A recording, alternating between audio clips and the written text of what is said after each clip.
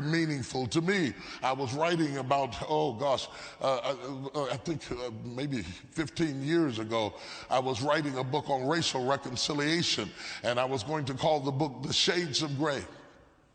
And I had written about 15 chapters. And if you know anything about writing books, 15 chapters is a lot of chapters, a lot of investment, a lot of work into the development of racial reconciliation. I wanted to write something that would unite people of all colors and all cultures and all races. And I had written so far down into the book. I still remember in my head chapter headings that I had in the book, premises of information that I had developed in the book. And it was going to be an incredible, wonderful book. I had even picked out what the cover was going to look like. If you're old enough to remember the old cologne, gray flannel, I wanted the cover to look like a gray flannel, to have that flannel texture to it and be gray. And my point of calling the book Shades of Gray was to say it's not a black and white issue, but there is shades of gray, whereby the two differences combine together to make up Shades of Gray. It was going to be a great book. The only problem with the book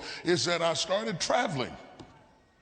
And as I began to travel, as long as I lived in America and traveled in America, and all of my truth, watch this, all of my truth is informed by my experiences, then my perception was Shades of Gray was going to be a revolutionary book that would combine the ideas of the best of black and white people and bring them together to understand how much we need each other. The only problem with the premise is that my truth was only based on my past experience and my perceptions based on that truth from the past perspective. When I started traveling over into other countries and other parts of the world, when I saw the conflict at Kosovo, and I began to see that people could be of the same color and still hate each other, when I started traveling into Africa, where people were all looked exactly like me and still were divided by class or by tribes or by other issues, it began to confuse me. By the time I had made it down to South Africa, and I began to look at the coloreds, the blacks, and the Dutch Africanos, and I was so totally confused that there I sat where two rivers meet, two oceans meet, one cold, one hot, at the southernmost tip of South Africa, and I was totally exasperated because I began to realize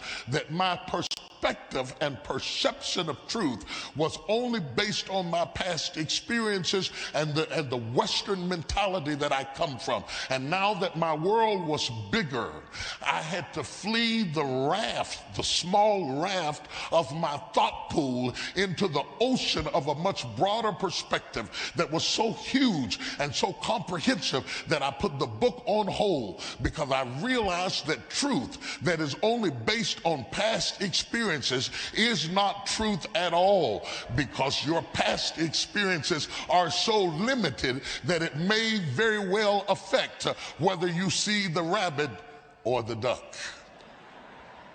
Oh, wait on me, I'm going somewhere.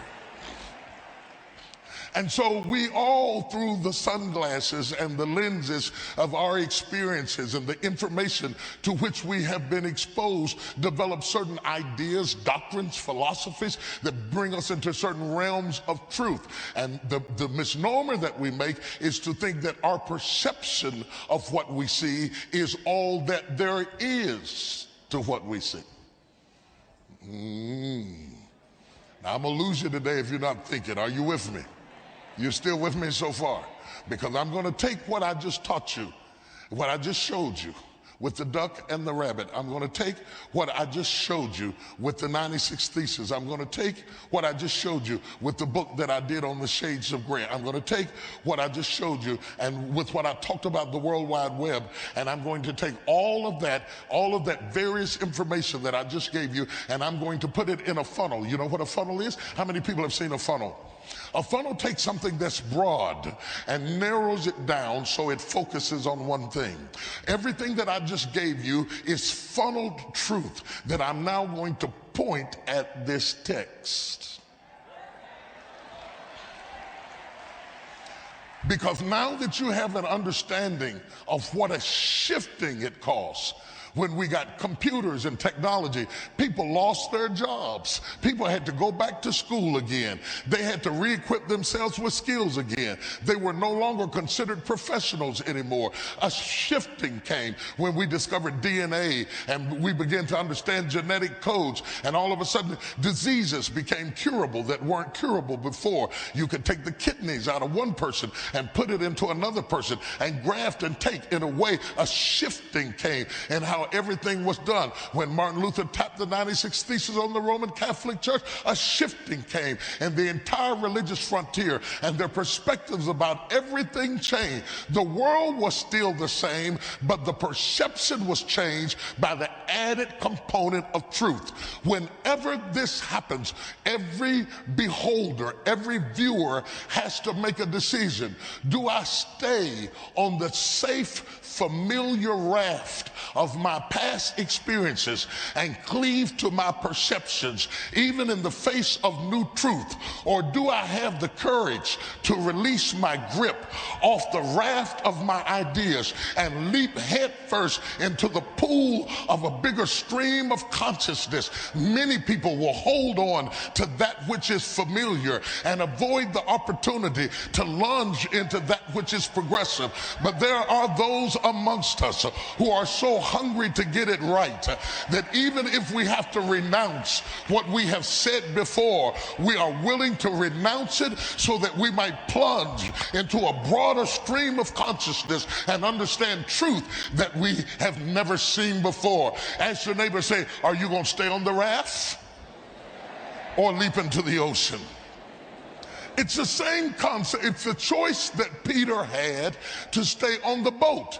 His past experiences trained him in the storm. The safest place to be would be on the boat. The boat was very small, but it was the safest option that was made available to him. He understood how the boat worked. After all, he is a fisherman. He has years of expertise. He is relying on past information to say the safest place for you to operate is on the boat. The boat is small, it is limited, but it is familiar. 11 of the disciples said, I'm going to stay on that which is small and that which is safe, in spite of the fact that it is limited. But only one of the disciples said, Lord, if you are calling me into a bigger opportunity to learn something new and something fresh and to step off the familiar into the unfamiliar, bid me to come. And Jesus said, come. And it was a paradigm shift.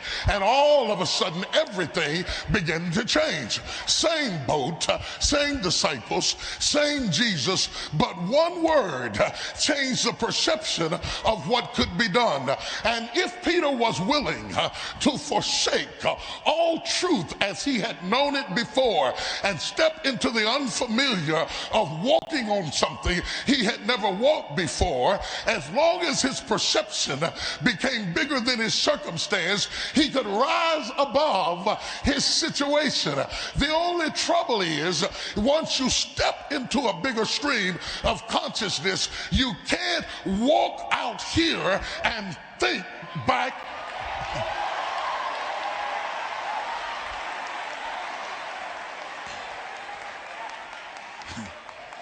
That's why it's not good to go to a progressive church with strong teaching if you're not going to really lunge into it.